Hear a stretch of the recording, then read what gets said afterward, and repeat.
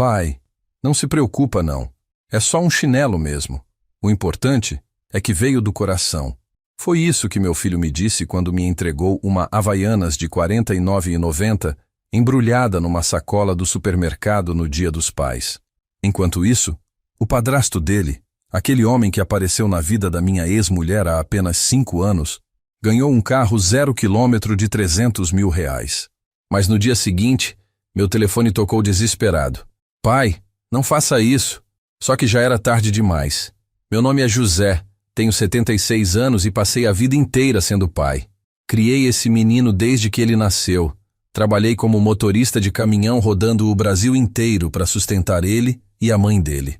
Acordava de madrugada, voltava no fim de semana cansado, sujo, mas sempre com um brinquedo, um doce, alguma coisa especial que eu via na estrada e lembrava dele. Quando ele casou, eu que paguei o casamento.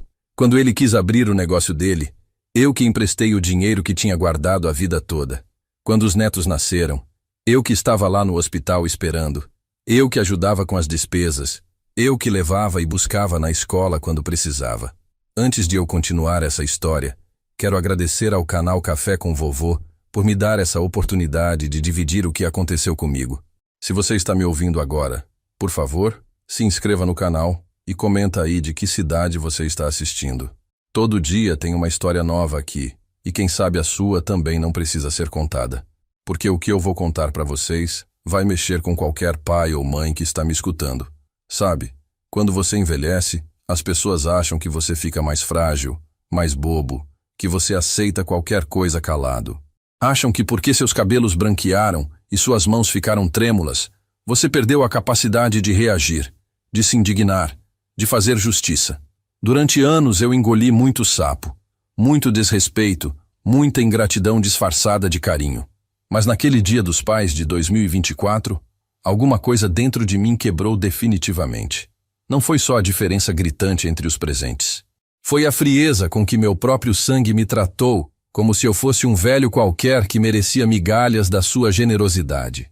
O padrasto, que eu vou chamar de Roberto, chegou na família quando minha ex-esposa e eu já estávamos separados há mais de 10 anos.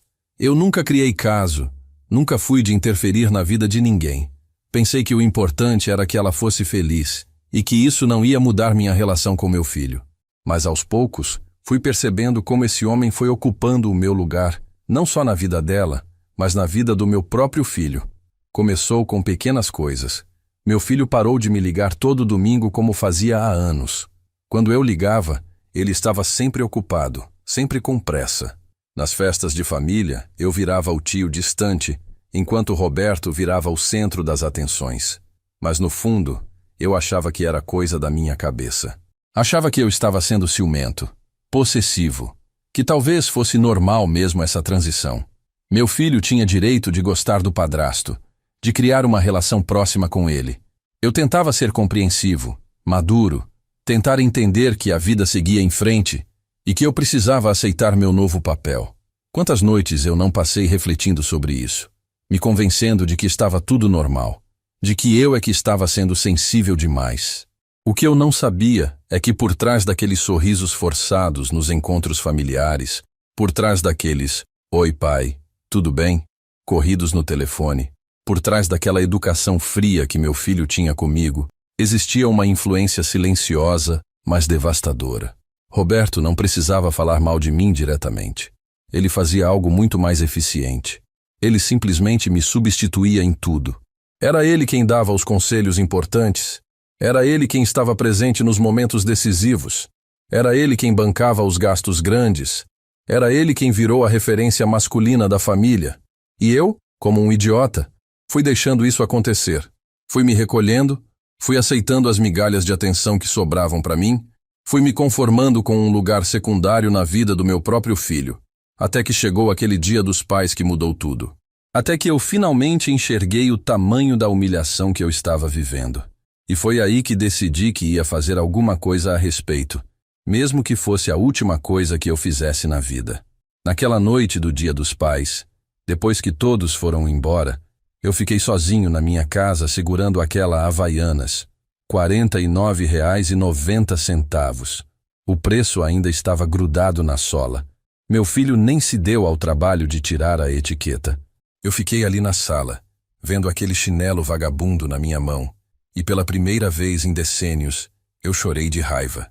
Chorei mesmo, daquele jeito que homem da minha idade não chora mais. Porque não era sobre o chinelo, era sobre o que aquilo representava. Era sobre o lugar que eu tinha me tornado na vida do meu próprio sangue. Vocês precisam entender uma coisa. Eu não sou daqueles pais que esperam reconhecimento dos filhos a todo momento. Eu sempre fui do tipo que fazia as coisas porque tinha que fazer, porque era meu dever, minha obrigação. Quando meu filho era pequeno e eu saía com o caminhão para rodar o país inteiro, eu não ia atrás de agradecimento.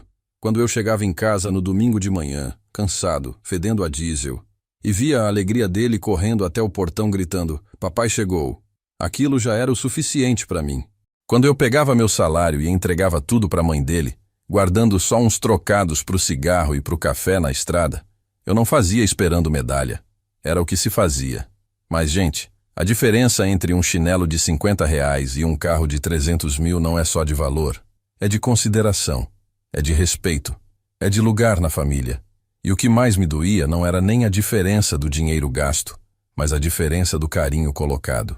O presente do Roberto veio numa concessionária, com laço vermelho, champanhe, festa, foto para postar nas redes sociais. O meu veio numa sacola amassada do Extra, que meu filho provavelmente pegou no último minuto quando estava voltando do shopping, depois de comprar o carro do padrasto. E sabe o que é pior? Na hora que ele me entregou, ele ainda falou, "Pai, você usa tanto chinelo? Pensei que ia gostar."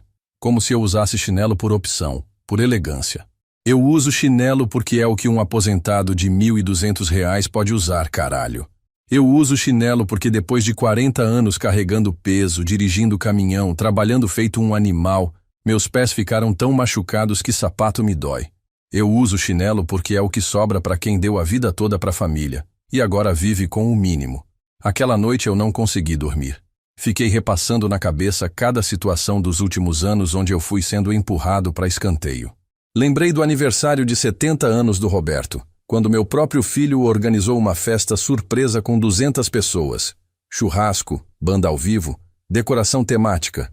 No meu aniversário de 75, no ano passado, eles me levaram num restaurante por quilo no shopping e ainda racharam a conta comigo. Lembrei das formaturas dos meus netos, onde Roberto sentava na primeira fileira ao lado da mãe deles, e eu ficava lá no fundão, como se fosse um tio distante. Lembrei de quando minha netinha de 8 anos me perguntou, "Vovô, por que você não tem um carro bonito como o vovô Roberto?" E eu tive que explicar para uma criança por que o avô de verdade dela vivia como um pobretão, enquanto o vovô postiço tinha uma vida de rei.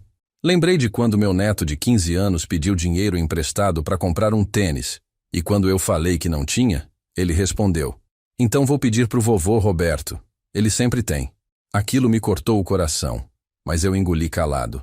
Por volta das 3 da manhã eu levantei, fui até a gaveta da cômoda e peguei uma caixa de sapato velha onde eu guardava algumas coisas importantes. Dentro tinha as cartas que meu filho me escrevia quando era pequeno, uns desenhos que ele fazia, fotos dele nos meus ombros no colo do caminhão, me ensinando a dirigir quando ele fez 18 anos. Tinha também o convite de casamento dele, onde estava escrito, José Silva, pai do noivo. Tinha a escritura da primeira casa que ele comprou, onde eu estava como fiador. Tinha os comprovantes dos empréstimos que fiz para ele montar a oficina, os recibos das mensalidades da faculdade que eu ajudei a pagar. Enquanto eu mexia naqueles papéis, uma raiva diferente foi crescendo dentro de mim. Não era mais tristeza, era indignação, era revolta. Eu comecei a fazer as contas de tudo que eu tinha investido na vida daquele menino. Não só dinheiro, mas tempo, dedicação, amor, sacrifício. Quantos domingos eu não passei em casa por causa do trabalho, mas trazendo sempre alguma coisa especial para ele? Quantas vezes eu deixei de comprar uma roupa, um sapato, qualquer coisa para mim, para poder dar algo melhor para ele? E Roberto? Roberto apareceu na vida da família quando meu filho já estava com 30 e poucos anos, já casado, já formado, já estabelecido. Roberto pegou o bolo pronto. Ele não acordou de madrugada quando o menino estava com febre. Ele não passou noites em claro esperando ele chegar de festa na adolescência. Ele não trabalhou feito um condenado para pagar escola, roupa, comida, médico. Roberto simplesmente apareceu no final da história e virou o herói da família. Foi aí que eu decidi que ia fazer alguma coisa. Não sabia ainda o quê, mas alguma coisa ia ser feita. Porque uma coisa é você aceitar ser tratado com indiferença. Outra coisa é você ser humilhado na sua própria cara e ainda ter que agradecer. E foi isso que aconteceu naquele Dia dos Pais. Eu fui humilhado publicamente, na frente da família toda, e ainda tive que sorrir e falar, obrigado pelo carinho, para não passar por ingrato. Na manhã seguinte, segunda-feira, eu acordei com uma clareza que não tinha há muito tempo. Tomei meu café, botei uma roupa decente e fui até o centro da cidade. Entrei numa loja de roupas e comprei uma camisa social, uma calça, um sapato. Gastei R$ 300 que eu não tinha, mas senti que precisava. Depois fui no barbeiro, cortei o cabelo, fiz a barba direito, almocei num restaurante, paguei R$ 40 num prato que eu poderia ter comido em casa por 5. Mas eu precisava me sentir gente de novo. Precisava lembrar como era ser tratado com respeito, mesmo que fosse só pelo garçom que estava me servindo. À tarde, eu peguei um ônibus e fui até o bairro onde Roberto morava. Eu sabia o endereço porque já tinha ido lá algumas vezes em encontros familiares. Era uma casa grande, em condomínio fechado, com 2 carros na garagem, agora 3, com o presente novo. Eu fiquei ali na frente por uns 20 minutos, só olhando, pensando no que eu ia falar, pensando em como ia ser aquela conversa, porque eu sabia que se eu batesse naquela porta, não ia ter mais volta. Quando eu toquei a campainha daquela casa, meu coração estava batendo que nem motor de caminhão subindo serra. Não era medo, era ansiedade. Era a sensação de quem vai fazer algo que deveria ter feito há muito tempo. Roberto abriu a porta com aquela cara de surpresa fingida que ele sempre fazia quando me via. Ô José, que surpresa! Entra, entra! Mas eu percebi na hora que ele não estava nada confortável com a minha presença ali. Ele olhou para o lado, olhou para trás, como se estivesse esperando alguém chegar e me ver ali. A casa era tudo aquilo que eu imaginava mesmo. Sofá de couro, televisão do tamanho da parede, mesa de jantar para 12 pessoas, decoração cara, ar-condicionado ligado mesmo sendo maio, tudo limpo, tudo arrumado, tudo mostrando que ali morava gente com dinheiro. Roberto me ofereceu um café, mas eu recusei. Não era visita social que eu estava fazendo. Sentei na beirada do sofá, ele ficou em pé, meio sem jeito, perguntando como eu estava, se estava precisando de alguma coisa, falando do tempo, qualquer assunto para não chegar no que realmente importava. Roberto, eu vim aqui para ter uma conversa de homem para homem contigo. Foi assim que eu comecei. Direto, sem rodeio. Sobre o que aconteceu ontem, sobre a situação da nossa família, sobre algumas coisas que eu preciso entender. Ele sentou na poltrona na minha frente, cruzou as pernas, fez aquela cara de quem não estava entendendo nada. Que situação, José? Ontem foi um dia normal, todo mundo junto, família reunida. Gente, nessa hora eu tive que respirar fundo para não explodir logo de cara. Dia normal? Roberto, meu filho te deu um carro de R$ 300.000 e para mim deu um chinelo de 50. Tu acha isso normal? Ele deu uma risadinha, daquelas risadas falsas, e respondeu, ah, José, mas presente não é sobre valor, né? É sobre carinho. E o seu filho te ama muito. Todo mundo sabe disso. Foi aí que eu percebi que aquele homem era mais cínico do que eu pensava. Ele estava zombando da minha cara, disfarçando com educação, mas estava zombando. Roberto, me explica uma coisa. Como é que um homem que conhece meu filho há 5 anos recebe um presente de R$ 300.000 e o pai que criou ele desde pequeno recebe um chinelo? Ele se mexeu na poltrona, descruzou as pernas, começou a ficar um pouco mais sério. Olha, José, eu não mando no seu filho. Ele é um homem adulto. Ele decide o que quer dar para quem quer dar. Talvez ele tenha pensado que você ia gostar do chinelo. Vai ver, ele lembrou que você sempre usa... Ele parou no meio da frase, porque até ele percebeu como aquilo soava ridículo. Eu deixei uns segundos de silêncio no ar, só olhando para ele, para ver se ele ia ter coragem de terminar aquela mentira. Roberto, eu trabalhei 40 anos da minha vida para criar aquele menino. 40 anos acordando de madrugada, rodando esse Brasil todo, levando chuva, sol, poeira, perigo, tudo para sustentar ele e a mãe dele. Quando ele quis fazer faculdade, eu que paguei. Quando ele quis casar, eu que bancou a festa. Quando ele quis abrir a oficina, eu que emprestei o dinheiro que eu tinha guardado para os meus últimos anos de vida. Eu estava falando devagar, pausado, mas com firmeza. Roberto me interrompeu. José, eu sei que você foi um bom pai. Ninguém está questionando isso. Mas as coisas mudam, né? A vida segue em frente. O importante é que hoje todo mundo está bem. Todo mundo se dá bem. Eu levantei da poltrona. Se dá bem? Roberto, me responde uma coisa. O que tu fez pelo meu filho que eu não fiz? Que investimento tu fez na vida dele que justifique ele te tratar melhor do que trata o próprio pai? Foi nessa hora que a máscara dele começou a cair.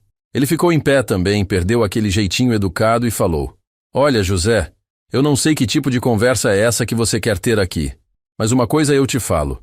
Eu não tenho culpa se seu filho me considera parte da família. Eu não tenho culpa se ele me respeita, se ele gosta da minha companhia, se ele se sente bem comigo por perto. Respeita? Roberto, meu filho me respeita há 55 anos. Desde que ele nasceu. Tu apareceu há 5 anos na vida dele e quer falar de respeito? Mas ele continuou. José. Mas talvez ele tenha encontrado em mim algumas coisas que não encontrava em você.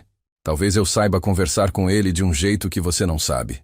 Talvez eu entenda as necessidades dele melhor do que você. Gente, nessa hora eu senti o sangue subir na cabeça. Não era só a arrogância que eu estava vendo naquele homem. Era maldade. Era uma satisfação em me humilhar, em me mostrar que ele tinha conseguido roubar o meu lugar na família. Que necessidades, Roberto? Que conversa é essa? Que jeito é esse que tu tem com ele que eu não tenho? Ele deu um sorriso que eu nunca vou esquecer. Um sorriso de quem estava gostando de me ver sofrendo. José, eu vou ser sincero contigo, já que você veio aqui querendo essa conversa. Seu filho me vê como um pai melhor do que você foi. Ele me conta coisas que nunca contou para você. Ele pede conselhos para mim sobre trabalho, sobre família, sobre a vida. Ele me considera mais presente, mais participativo, mais, como eu posso falar, mais à altura da vida que ele construiu. Eu fiquei uns segundos sem conseguir falar. Não porque eu estava com medo, mas porque eu estava processando a maldade daquelas palavras. A frieza, a crueldade calculada. Aquele homem não estava só me respondendo. Ele estava me torturando de propósito. Estava gostando de me ver quebrado ali na frente dele. Mas a altura? Roberto, tu quer me explicar o que significa isso? Ele se aproximou de mim, botou a mão no meu ombro como se fosse me consolar e disse: José, não leva para o lado pessoal. Mas a verdade é que você sempre foi um homem simples demais para o mundo que seu filho vive hoje. Caminhoneiro, pessoas simples, conversas simples. Eu tenho formação superior. Eu entendo de negócios. Eu posso ajudar ele de formas que você não consegue. É natural que ele me procure mais. Foi nessa hora que eu entendi que aquela conversa não ia ser só um esclarecimento. Ia ser uma guerra.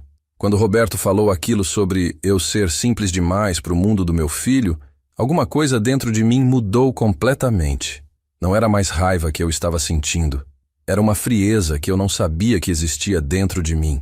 Uma calma perigosa que vem quando você finalmente entende com quem você está lidando. Tirei a mão dele do meu ombro devagar e falei: Roberto, agora eu entendi a situação. Agora eu sei exatamente quem tu é e o que tu fez com a minha família. Ele deu um passo para trás, mas ainda tentando manter aquela pose de superioridade. Eu não fiz nada, José.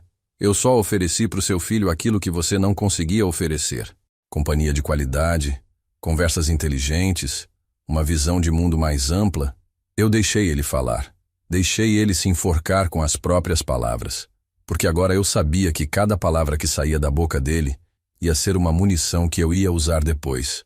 Conversas inteligentes? Roberto, me conta aí uma dessas conversas inteligentes que vocês têm.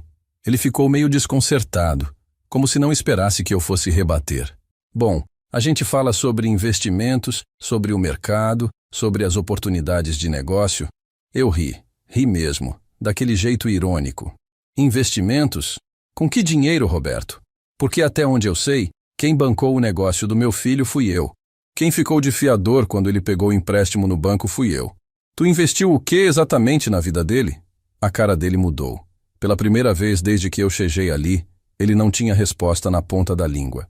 José, investimento não é só dinheiro. É presença, é apoio emocional, é orientação. Eu me aproximei dele. Apoio emocional? Roberto, quando meu filho teve depressão aos 25 anos, quem ficou com ele no psicólogo todas as semanas durante 6 meses? Quando o primeiro negócio dele quebrou e ele perdeu tudo, quem ouviu ele chorar a madrugada inteira? Quando a primeira mulher dele saiu de casa levando os filhos, quem dormiu no sofá da casa dele por 2 meses para ele não ficar sozinho? Cada pergunta que eu fazia, ele ficava mais desconfortável. Eu sei que você foi presente no passado, José, mas eu estou falando do presente, do que eu ofereço para ele hoje. Eu balancei a cabeça. Ah, então é isso. Tu oferece para ele hoje aquilo que ele conseguiu construir com o que eu ensinei para ele no passado. Tu pega o bolo pronto e quer crédito pela receita. Foi aí que ele perdeu completamente a compostura. Sabe de uma coisa, José? Você pode ficar aí chorando o leite derramado o quanto quiser. A realidade é que hoje, agora, neste momento, seu filho me procura mais do que procura você. Ele me convida para os eventos importantes, me pede opinião nas decisões importantes, me inclui nos planos da família. E sabe por quê? Porque eu sou o pai que ele escolheu ter. O pai que ele escolheu ter. Eu repeti essas palavras devagar, deixando elas ecoarem na sala. Roberto, tu acha mesmo que meu filho escolheu te ter como pai? Ou tu foi manipulando a situação até conseguir esse resultado? Ele ficou vermelho. Eu não manipulei nada. Eu só fui sendo o que você nunca foi. Presente, interessado, disposto a fazer parte da vida dele de verdade. Eu sentei de volta no sofá. Não porque eu estava cansado, mas porque eu queria que ele se sentisse confortável para continuar falando, para continuar se delatando. Me explica melhor isso, Roberto. Como é que tu foi sendo presente na vida dele? Ele se animou, como se finalmente tivesse a chance de se gabar. Eu participava das reuniões de negócio com ele, dava opinião sobre as decisões importantes, ajudava ele a pensar nos investimentos. E como tu ficou sabendo dessas reuniões? Essas decisões? Esses investimentos? Ele respondeu sem pensar. A Marlene me contava, né? Ela sempre me mantinha informado sobre tudo o que estava acontecendo na vida dele. Marlene era minha ex-mulher, a mãe do meu filho. E ali estava a primeira pista de como Roberto tinha conseguido infiltrar na família. Ah, então a Marlene te contava tudo. E tu usava essas informações para quê? Ele percebeu que tinha falado demais. Não era nada disso. Era só para eu poder ajudar, dar apoio, mas eu não ia deixar ele se esquivar. Roberto, responde a pergunta. Tu usava as informações que a Marlene te dava sobre meu filho para quê? Ele tentou voltar atrás. José, você está interpretando tudo errado. Eu só queria ser útil para a família, mas eu já estava vendo o quadro completo. Útil como, Roberto? Me dá um exemplo concreto de como tu foi útil para o meu filho. Ele ficou uns segundos pensando e depois disse. Bom, teve uma vez que ele estava com dificuldade no negócio, precisando de capital de giro, e eu ajudei ele a encontrar uma solução. Que solução? Ele hesitou. Eu apresentei ele para uns investidores que eu conhecia. Eu me inclinei para frente. Que investidores, Roberto? A voz dele ficou mais baixa. Uns conhecidos meus que tinham dinheiro disponível para emprestar. Eu não tirava os olhos dele. E qual era a taxa de juros desse empréstimo? Ele começou a gaguejar. Não era bem um empréstimo formal. Era mais uma parceria. Eu levantei de novo. Roberto, meu filho me contou dessa história há 2 anos. Ele me disse que conseguiu um investidor através de um amigo da Marlene. Ele não me disse que era através de você. Por que será? A cara dele estava ficando cada vez mais vermelha. Eu não sei por que ele não mencionou meu nome. Talvez ele não quisesse que você ficasse preocupado. Eu dei uma gargalhada. Preocupado? Roberto, tu acha que eu ia ficar preocupado com meu filho recebendo ajuda? Ou será que ele não mencionou teu nome porque tu pediu para ele não mencionar? Ele não respondeu. Ficou ali parado, mexendo as mãos, olhando para o chão. Eu continuei. E qual foi a contrapartida dessa ajuda, Roberto? Porque investidor não empresta dinheiro de graça. O que tu ganhou com isso? Ele balbuciou alguma coisa sobre não ter ganhado nada, que foi só para ajudar a família. Mas eu já sabia que estava mentindo. Roberto, onde tu trabalha mesmo? Ele falou o nome de uma empresa que eu não conhecia. E qual teu cargo? Ele disse que era gerente de alguma coisa. E teu salário te permite ter essa casa, esses carros, esse padrão de vida? Ele ficou irritado. Isso não é da sua conta, José. Eu sorri. Não é da minha conta? Roberto, se tu está sustentando um padrão de vida que o teu salário não permite, usando o meu filho de alguma forma para conseguir isso, aí vira conta minha sim. Foi nessa hora que eu vi o pânico nos olhos dele. E foi nessa hora que eu soube que tinha encontrado a fraqueza que eu estava procurando.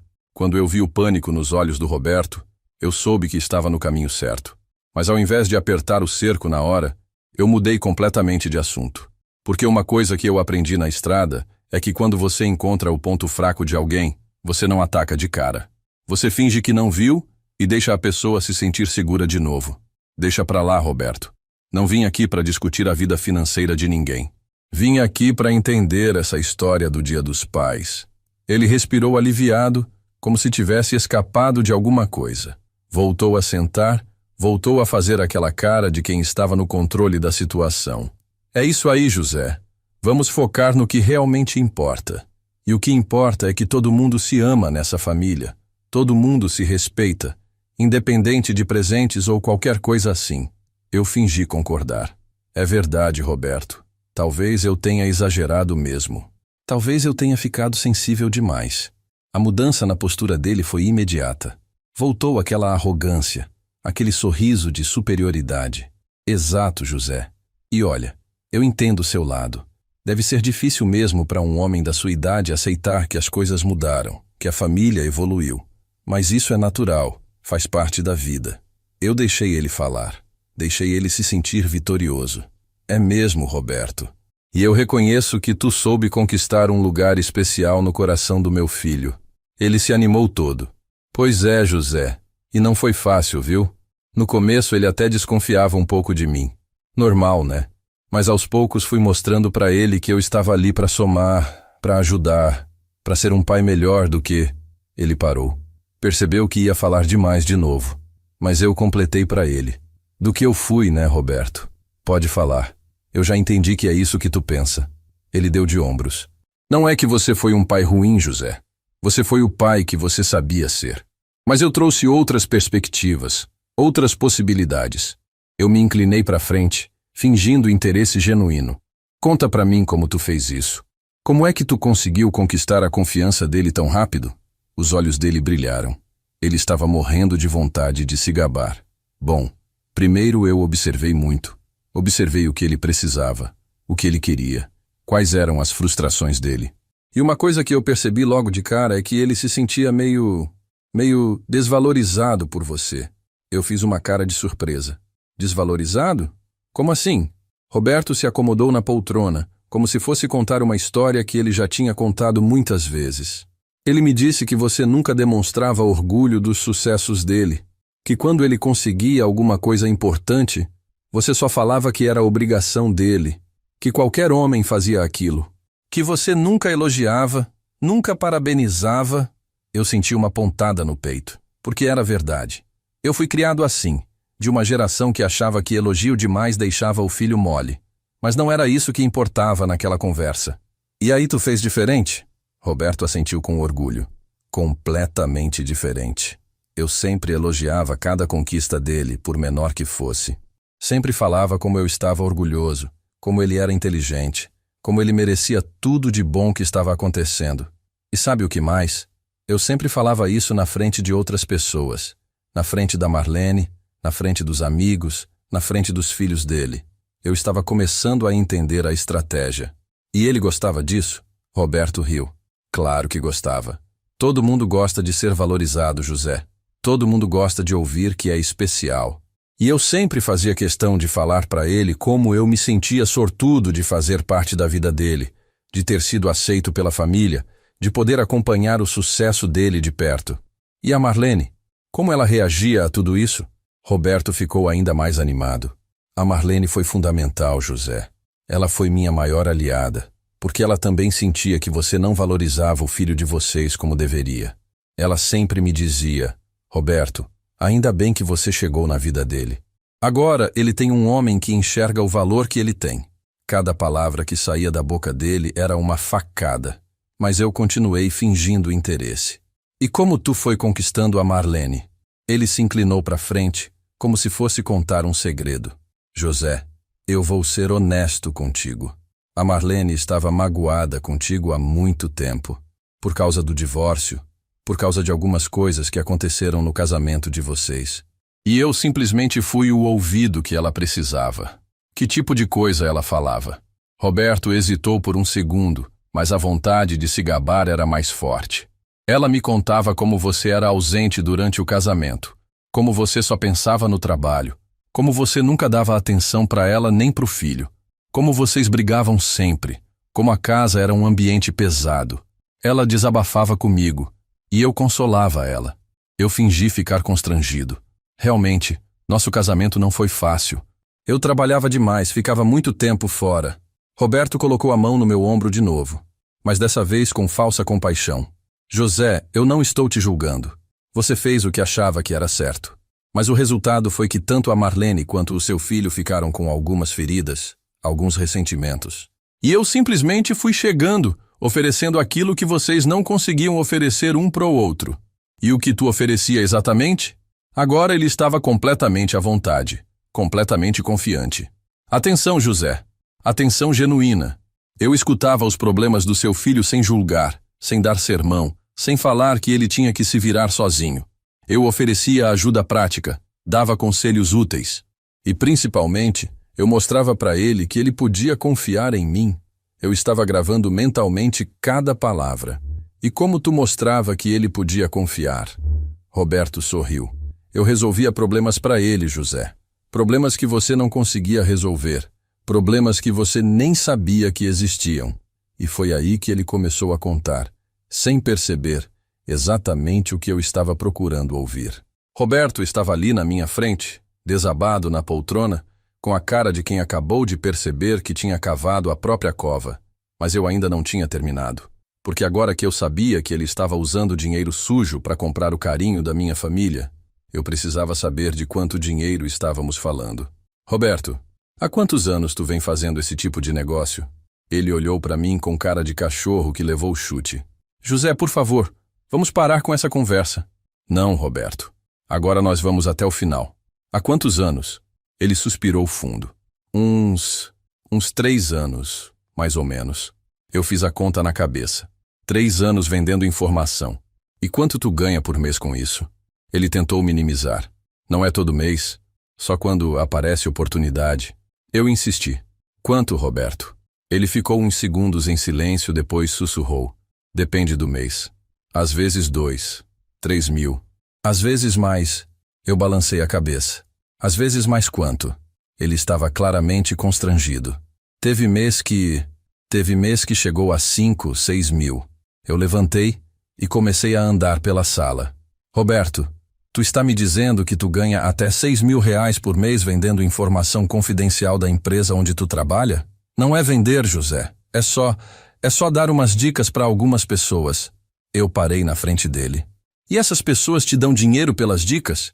Ele assentiu com a cabeça envergonhado. Então é venda, Roberto. Tu vende informação. E usa esse dinheiro para quê? Ele olhou para o chão. Para poder participar melhor da vida da família. Para poder dar presentes bacanas, pagar restaurante bom, ajudar quando alguém precisa. Eu sentei de novo, dessa vez bem perto dele. Roberto, me responde uma coisa com sinceridade. Se tu não tivesse esse dinheiro extra, tu conseguiria manter o padrão de vida que tu tem hoje? Ele balançou a cabeça que não. E se tu não conseguisse manter esse padrão, tu acha que meu filho ia te tratar da mesma forma? A pergunta pegou ele desprevenido. Ele ficou uns segundos pensando, depois sussurrou. Eu não sei. Eu me inclinei para frente. Roberto, tu tem medo de perder o lugar que tu conquistou na família? Ele me olhou nos olhos pela primeira vez em muito tempo. Tenho sim, José. Tenho muito medo.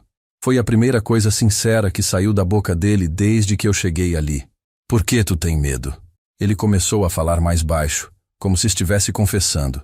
Porque eu sei que se eu não puder mais ajudar financeiramente, se eu não puder mais bancar as coisas, talvez eles percebam que eu não sou tão especial assim. Eu senti quase pena dele naquele momento. Quase. Roberto, tu acha que teu relacionamento com meu filho é baseado só no dinheiro que tu gasta com ele? Ele não respondeu, mas a expressão dele disse tudo. E tu nunca pensou em contar a verdade para ele? Em falar de onde vem esse dinheiro? Roberto levantou a cabeça com cara de desespero. Tu está louco, José? Se ele souber que eu faço isso na empresa, ele vai me julgar, vai perder o respeito por mim. Pode até me denunciar. Não, não posso contar nunca. Eu balancei a cabeça. Então tu está preso, Roberto. Tu criou uma mentira tão grande que agora tu não consegue mais sair dela. Ele começou a chorar. Chorar mesmo, que nem criança. José, eu não queria que fosse assim. Eu só queria ser aceito pela família. Eu só queria que eles gostassem de mim. E quando eu comecei a ajudar financeiramente, eu vi como eles me tratavam melhor, como eles me incluíam mais, como eles me respeitavam. E aí tu viciou nisso? Ele assentiu. E aí eu viciou. E agora eu não sei mais como parar. Porque se eu parar de ajudar, se eu parar de bancar as coisas, eles vão perceber que eu não tenho dinheiro para isso. Vão descobrir que eu sou só um gerente de empresa que ganha 5.000 reais por mês. Eu fiquei olhando para ele por uns segundos. Ali estava um homem completamente quebrado, admitindo que tinha construído sua vida familiar toda em cima de uma mentira. Roberto, tu já parou para pensar que talvez, só talvez, eles gostem de ti pela pessoa que tu é, e não pelo dinheiro que tu gasta? Ele riu, mas foi uma risada amarga. José, tu acha mesmo isso? Tu acha que se eu chegasse no seu filho amanhã e falasse que não posso mais pagar restaurante caro, não posso mais dar presente de 1.000 reais para os netos, não posso mais emprestar dinheiro quando ele precisa, tu acha que ele ia continuar me tratando da mesma forma? Eu pensei na pergunta dele, e honestamente, eu não tinha certeza da resposta, porque eu conhecia meu filho, e eu sabia que ele tinha se acostumado com um padrão de vida que incluía as colaborações do Roberto. Roberto, e se a gente descobrir isso juntos? E se a gente contar a verdade para ele e ver qual é a reação? Roberto ficou apavorado. Não, não, José. Por favor, não conta nada para ele. Pelo amor de Deus, isso vai destruir minha vida. Vai destruir meu casamento com a Marlene. Vai destruir meu relacionamento com os netos. Eles vão me ver como um criminoso. Eu levantei e fui até a janela. Lá fora, a vida continuava normal. Carros passando, pessoas caminhando, crianças brincando. Mas ali dentro daquela sala, eu tinha descoberto algo que ia mudar tudo na minha família. Roberto, tu percebe que independente do que a gente decida aqui hoje, tu não pode continuar fazendo isso na empresa? Ele assentiu, ainda chorando. Eu sei, José. Eu sei que tenho que parar. Mas como? Como eu vou explicar para todo mundo que de repente eu não tenho mais dinheiro para nada? Eu me virei para ele. Roberto, essa é tua responsabilidade. Tu criou essa situação. Tu vai ter que encontrar uma saída. E se eu parar gradualmente? Se eu for diminuindo aos poucos os gastos, inventar umas desculpas, dizer que estou com dificuldades financeiras? Eu balancei a cabeça. E continuar mentindo? Continuar enganando minha família? Ele me implorou. Pelo menos até eu encontrar uma forma melhor de resolver isso. Foi nessa hora que eu percebi que Roberto não estava arrependido do que fez. Ele estava arrependido de ter sido descoberto. Ele ainda estava tentando encontrar uma forma de continuar mentindo, de continuar enganando minha família. E foi nessa hora que eu decidi que não ia ter conversa amigável. Não ia ter acordo de cavalheiros. Ia ter justiça. Quando eu percebi que Roberto ainda estava tentando encontrar um jeito de continuar enganando minha família, alguma coisa dentro de mim mudou completamente. Não era mais raiva nem decepção. Era uma frieza calculista que eu não sabia que tinha. Voltei para perto dele e falei: Roberto, tu está me entendendo errado. Eu não vim aqui para negociar contigo. Eu vim aqui para entender a situação. Agora que eu entendi, eu vou decidir o que fazer. Ele levantou a cabeça, com os olhos ainda cheios de lágrima, mas agora também com medo. O que tu quer dizer com isso, José? Eu sentei na beirada da mesa de centro, bem na frente dele. Eu quero dizer que tu tem duas opções. Ou tu conta a verdade pro meu filho até amanhã de noite, ou eu conto. Roberto ficou desesperado. José, pelo amor de Deus, tu não pode fazer isso comigo. Pensa na Marlene, pensa nos netos. Se tu contar isso, vai destruir a família toda. Eu olhei nos olhos dele. Roberto, quem destruiu a família foi tu. Eu só estou oferecendo uma chance de tu consertar parte da merda que tu fez. Mas, José, se eu contar, eles vão me odiar. Vão me expulsar da família. Vão me ver como um criminoso. Eu dei de ombros. E não é o que tu é? Tu não está cometendo crime na empresa onde trabalha? Tu não está enganando minha família há 3 anos? Ele ficou sem resposta. Eu me levantei e comecei a andar pela sala de novo. Roberto, deixa eu te explicar uma coisa. Eu passei a vida toda sendo honesto. Trabalhei feito um condenado, suei sangue, nunca roubei 1 centavo de ninguém. Nunca menti para conseguir vantagem. E mesmo assim, meu próprio filho me trata como lixo e trata tu como rei. Tu sabe por quê? Ele balançou a cabeça que não. Porque tu comprou o respeito dele com dinheiro que não era teu. Tu criou uma situação falsa onde ele depende de ti financeiramente e emocionalmente. Tu transformou meu filho num refém da tua mentira. Roberto tentou protestar. Não foi assim, José. Foi exatamente assim. Eu elevei a voz pela primeira vez. Meu filho te deu um presente de 300 mil reais porque ele acha que tu merece. Mas ele não sabe que o dinheiro que tu gasta com ele vem de crime. Ele não sabe que toda vez que tu paga um restaurante caro, toda vez que tu empresta dinheiro para ele, toda vez que tu compra presente para os meus netos, tu está usando dinheiro sujo. Roberto estava tremendo agora. José, por favor, vamos encontrar uma solução que seja boa para todo mundo. Eu me aproximei dele novamente. A solução que é boa para todo mundo é a verdade, Roberto. Nada mais, nada menos. Mas se eu contar a verdade, eu vou perder tudo. Vou perder o emprego, vou perder a família, talvez até vá preso. Eu balancei a cabeça. Roberto, tu deveria ter pensado nisso antes de começar a roubar informação da empresa. Agora tu vai ter que enfrentar as consequências. Ele se jogou no chão literalmente. Ficou de joelhos na minha frente implorando. José, eu te imploro, pensa numa outra forma. Eu prometo que paro com tudo isso. Prometo que nunca mais faço isso. Mas não conta pro seu filho, pelo amor de Deus. Eu olhei para ele ali no chão e senti nojo. Nojo de ver um homem adulto se rastejando porque foi descoberto nas próprias mentiras. Roberto, levanta daí. Tu está fazendo papel de idiota. Ele se levantou, limpando as lágrimas. José, me dá uma chance. Uma oportunidade de consertar isso do meu jeito. E qual seria o teu jeito? Ele pensou rápido. Eu paro imediatamente com os negócios na empresa. Paro de aceitar dinheiro por informação. E aos poucos vou diminuindo os gastos com a família, vou inventando umas desculpas. Eu ri. Quer dizer que tu quer continuar mentindo? Não é mentir, é só não falar toda a verdade de uma vez. Eu balancei a cabeça. Roberto, tu ainda não entendeu. Eu não estou aqui para te ajudar a encontrar uma forma melhor de enganar minha família. Eu estou aqui para acabar com a mentira. Roberto ficou em silêncio por uns segundos, depois perguntou, e se eu te oferecer alguma coisa em troca? Alguma compensação?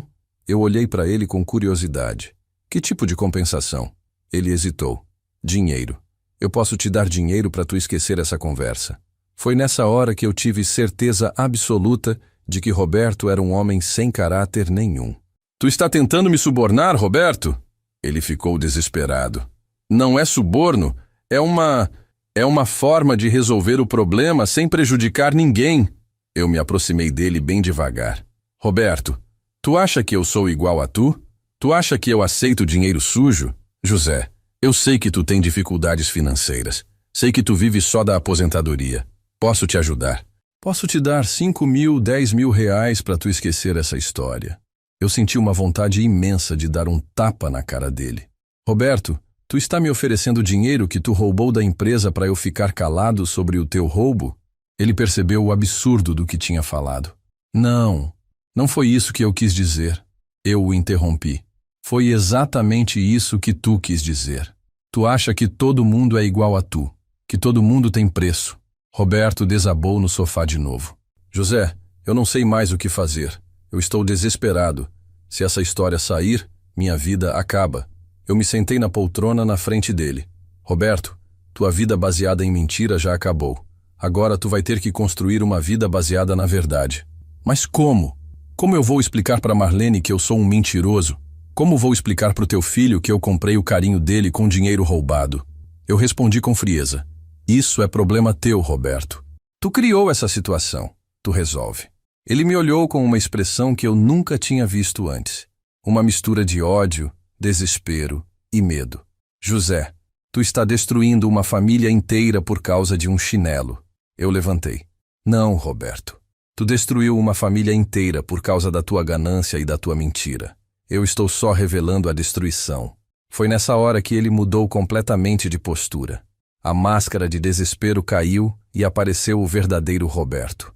A transformação do Roberto foi assustadora. Em questão de segundos, o homem choroso e desesperado que estava me implorando virou uma pessoa completamente diferente. Ele se levantou devagar, limpou o rosto, arrumou a roupa e me olhou com uma frieza que gelou meu sangue. Sabe de uma coisa, José? Tu está cometendo um erro muito grande. Eu me mantive firme na minha posição. Que erro, Roberto? Ele começou a andar pela sala com as mãos para trás, como se fosse um general planejando uma batalha. Tu acha que eu vou deixar tu destruir minha vida assim fácil? Tu acha que eu vou ficar aqui parado enquanto tu destrói meu casamento, minha relação com teu filho, minha posição na família? Eu senti que a conversa tinha mudado completamente de tom. E o que tu pretende fazer para me impedir? Roberto sorriu, mas foi um sorriso gelado, perigoso. José, tu veio aqui achando que era mais esperto que eu, achando que podia me chantagear, me forçar a fazer o que tu quer. Mas tu esqueceu de uma coisa importante. Que coisa? Ele parou na minha frente bem próximo. Tu esqueceu que eu conheço teu filho muito melhor que tu conhece. Eu sei exatamente como ele pensa, como ele reage, o que ele valoriza. E, principalmente, eu sei como fazer ele acreditar em qualquer coisa que eu quiser. Eu senti um frio na barriga. O que tu está querendo dizer? Roberto voltou a sentar, mas agora com uma postura completamente diferente. Confiante, controlado. Eu estou dizendo que se tu tentar contar alguma coisa para o teu filho, eu vou contar uma versão muito diferente da história. E adivinha em quem ele vai acreditar? Tu está me ameaçando? Roberto deu de ombros. Não estou ameaçando ninguém. Estou só explicando a realidade. Teu filho confia em mim. Ele me considera um pai. Se eu chegar nele e disser que tu apareceu aqui tentando me chantagear, tentando inventar histórias sobre mim porque tu está com ciúme, tu acha que ele vai acreditar em quem? Eu fiquei calado, processando o que ele estava falando. Roberto continuou. E sabe o que mais? Eu posso até usar essa situação a meu favor. Posso chegar no teu filho e falar que tu apareceu aqui completamente transtornado, inventando histórias malucas sobre mim, falando que eu roubo da empresa, que eu compro o carinho da família. Ele vai ficar preocupado contigo, vai achar que tu está precisando de ajuda psicológica. A maldade do que ele estava falando era impressionante. Roberto, meu filho não é idiota. Se eu mostrar evidências... Ele me interrompeu. Que evidências, José? Tu gravou nossa conversa? Tu tem alguma prova do que eu falei aqui? Ou tu acha que a palavra de um velho ressentido vai valer mais que a palavra do padrasto querido? Eu percebi que ele estava certo. Eu não tinha gravado nada. Eu não tinha nenhuma evidência física do que ele tinha confessado. Era a minha palavra contra a dele. Roberto percebeu meu dilema e sorriu. Agora tu está entendendo a situação, né, José? Mas ele não parou por aí. E sabe o que eu posso fazer mais? Posso chegar na Marlene e contar que tu apareceu aqui fazendo acusações absurdas contra mim. Ela já não gosta muito de ti mesmo. Imagine quando ela souber que tu veio aqui tentar destruir o casamento dela. Cada palavra era uma facada. E com os netos, então? Posso falar que o vovô José está meio confuso da cabeça, inventando histórias, falando mal do vovô Roberto sem motivo. Crianças acreditam fácil em adultos de confiança, não é mesmo? Ele estava gostando de me ver abalado. Eu tentei manter a compostura. Roberto, tu pode inventar a história que quiser, mas a verdade vai aparecer uma hora ou outra. Ele balançou a cabeça. Que verdade, José? Tu acha que alguém vai investigar? Tu acha que teu filho vai contratar um detetive para verificar se eu estou falando a verdade? Roberto se levantou e foi até uma estante. Pegou um copo de uísque que estava lá e tomou um gole. Sabe qual é teu problema, José? Tu subestimou com quem tu estava lidando.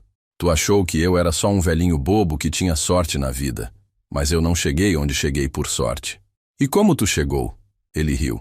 Com inteligência, com estratégia, com capacidade de adaptação. Tu acha que foi fácil conquistar o lugar que eu tenho nessa família? Tu acha que foi só dinheiro? Não, José. Foi muito mais que isso. Foi psicologia, foi manipulação, foi saber exatamente quais botões apertar em cada pessoa. Eu estava começando a ver o verdadeiro Roberto. Não era o homem inseguro que estava chorando alguns minutos atrás. Era um manipulador frio e calculista. E agora tu vai manipular meu filho contra mim? Ele deu de ombros. Se for necessário. Se tu me forçar a isso. Roberto voltou a se sentar, cruzou as pernas e me olhou como se fosse um rei no trono. José, deixa eu te fazer uma proposta final. Tu vai embora daqui. Esquece essa conversa. E a vida continua como estava. Teu filho continua sendo feliz. Eu continuo sendo o padrasto querido. E tu continua sendo... Bom, tu continua sendo o que tu sempre foi. E se eu não aceitar? Roberto suspirou, como se estivesse com pena de mim. Se tu não aceitar, eu vou destruir o pouco de relacionamento que ainda sobrou entre tu e teu filho. Vou fazer ele acreditar que tu está com problemas mentais, que tu precisa de ajuda médica. Vou fazer toda a família se afastar de ti por precaução. Eu fiquei olhando para ele por uns segundos. Ali estava o homem que tinha roubado minha família. E agora ele estava me ameaçando de roubar o pouco que ainda restava. Roberto, tu é um filho da puta. Ele sorriu. Talvez seja, mas sou um filho da puta inteligente. E tu é só um velho ingênuo. Foi nessa hora que eu percebi que aquela conversa não ia resolver nada pela via diplomática. Roberto não tinha caráter, não tinha moral, não tinha limite. Ele estava disposto a fazer qualquer coisa para proteger a mentira que ele tinha construído, inclusive destruir de vez minha relação com meu filho. Mas ele tinha cometido um erro que ia custar caro para ele. O erro do Roberto foi simples. Ele subestimou a inteligência de um homem de 76 anos que passou a vida toda resolvendo problemas na estrada. Enquanto ele estava ali se gabando de como era esperto, de como ia manipular minha família contra mim, eu estava prestando atenção em cada detalhe daquela casa. E foi quando ele levantou para pegar o uísque que eu vi o que precisava ver. Em cima da mesa dele, aberto, estava um notebook com várias planilhas na tela. Quando ele voltou para o sofá, eu perguntei: Roberto, aquele teu notebook ali, tu usa ele para trabalhar em casa? Ele olhou para o lado, displicente. Às vezes. Por quê? Eu me fiz de curioso. Ah, só curiosidade mesmo. Deve ser bom poder trabalhar de casa também. Ele deu de ombros. É prático. Consigo acessar o sistema da empresa, as informações dos clientes, essas coisas. Pronto. Ele tinha acabado de me confirmar que tinha acesso ao sistema da empresa no notebook pessoal. E pelas planilhas que eu consegui ver de relance, ele mantinha controles paralelos ali. Deve ter muita informação importante nesse computador, né? Ele riu. Demais. Informação que vale ouro. E aí ele percebeu que tinha falado demais de novo. Mas eu continuei agindo como se nada tivesse acontecido. Bom, Roberto, eu entendi teu ponto de vista. Vou pensar no que tu falou.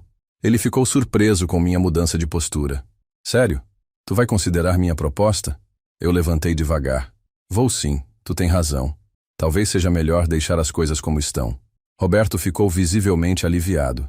Ele me acompanhou até a porta, claramente satisfeito por achar que tinha me convencido. José, fico feliz que a gente tenha resolvido isso numa boa. Família é sagrada, né? Eu apertei a mão dele. Sagrada mesmo, Roberto. Sagrada mesmo. Saí dali sabendo exatamente o que eu ia fazer. No dia seguinte, segunda-feira de manhã, eu liguei direto para o RH da empresa onde Roberto trabalhava. Expliquei que era pai de um cliente deles e que tinha descoberto que um funcionário estava vendendo informações confidenciais. Passaram o caso para o departamento jurídico na hora. 2 horas depois, eu estava no escritório deles com um advogado, contando tudo nos mínimos detalhes. O advogado me explicou que eles já tinham desconfiança sobre vazamentos de informações, mas nunca tinham conseguido identificar o responsável. Disse que meu depoimento era exatamente o que eles precisavam para abrir uma investigação formal. Assinei um termo de declaração e saí de lá sabendo que Roberto não ia durar nem uma semana no emprego. Na terça-feira, liguei para o meu filho e marquei um almoço. Contei para ele toda a história, do começo ao fim. Ele ficou em estado de choque. Pai, tu tem certeza disso tudo? Eu mostrei os papéis que eu tinha assinado na empresa, mostrei as anotações que eu tinha feito, expliquei cada detalhe da conversa. Meu filho chorou. Chorou de raiva, de vergonha, de decepção. Pai, eu sou um idiota. Eu troquei o senhor por um criminoso. Eu segurei na mão dele. Filho, tu não sabia. Ele te enganou, enganou tua mãe, enganou todo mundo. Mas meu filho estava inconsolável. Quantas vezes eu tratei o senhor mal por causa dele? Quantas vezes eu escolhi ele ao invés do senhor? Na quarta-feira, Roberto foi demitido por justa causa. A empresa encontrou no computador dele todas as evidências que precisavam. Planilhas com informações de clientes, contatos de pessoas que pagavam por essas informações, comprovantes de transferências bancárias. Tudo documentado, tudo provado. O departamento jurídico disse que iam processar ele criminalmente. Na quinta-feira, meu telefone tocou. Era Roberto, desesperado. José, o que tu fez comigo? O que tu fez? Eu respondi com calma. Eu fiz justiça, Roberto. Só isso. Ele gritava no telefone. Tu destruiu minha vida, tu me fez perder tudo. Eu cortei a ligação. Na sexta-feira, minha ex-mulher apareceu na minha casa. Ela estava furiosa, mas não comigo. Estava furiosa com Roberto. José, eu te peço desculpa. Eu te peço desculpa por tudo. Ela tinha descoberto que Roberto havia usado cartões de crédito no nome dela para bancar parte dos gastos, que havia mentido sobre a origem do dinheiro, que havia manipulado ela contra mim durante anos. No sábado, meu filho apareceu com os netos. As crianças correram para o meu colo gritando vovô, como não faziam há anos. Meu filho me abraçou e chorou de novo. Pai, me perdoa. Me perdoa por ter sido tão cego. Eu disse para ele que não tinha o que perdoar, que o importante era que agora a verdade tinha aparecido. No domingo seguinte, Dia dos Pais do ano passado, meu filho apareceu com um presente diferente. Não era caro, não era luxuoso. Era uma foto antiga nossa, de quando ele era pequeno, emoldurada numa moldura simples que ele mesmo tinha feito. E junto, uma carta escrita à mão, onde ele pedia desculpa por tudo e me agradecia por nunca ter desistido dele. Roberto saiu da cidade 2 semanas depois. Não aguentou a pressão do processo criminal, a humilhação da demissão, o fim do casamento. Minha ex-mulher pediu divórcio imediatamente depois que descobriu todas as mentiras. Os meus netos perguntaram onde estava o vovô Roberto. E pela primeira vez em anos, eu fui o único vovô deles de novo. Hoje, 1 ano depois, meu filho me liga todo domingo como fazia antigamente. Almocemos juntos toda terça-feira. Ele não me dá presentes caros, mas me dá o que é mais importante: respeito, carinho verdadeiro e seu tempo. Ele aprendeu que vale mais um pai pobre e honesto do que um padrasto rico e mentiroso. Roberto tentou me ligar algumas vezes nos primeiros meses, sempre pedindo para eu retirar a queixa, sempre prometendo que ia mudar. Eu nunca atendi, porque como eu disse no início dessa história, justiça não é vingança. É cada um colher exatamente o que plantou. Ele plantou mentira, manipulação e crime. Colheu solidão, humilhação e processo criminal. Eu plantei trabalho honesto, amor verdadeiro e paciência. Demorou, mas colhi o reconhecimento do meu filho e o respeito da minha família. E descobri que nunca é tarde demais para fazer valer a verdade, mesmo quando todo mundo acha que tu é só um velho que tem que aceitar qualquer coisa calado. Se essa história tocou teu coração, comenta aí de onde tu está assistindo e me conta se já passou por algo parecido na tua família. Às vezes a gente precisa ter coragem para enfrentar as mentiras que estão destruindo quem a gente ama. E se tu conhece alguém que precisa ouvir essa história, compartilha com essa pessoa. Todo mundo merece saber que nunca é tarde demais para lutar pelo que é certo.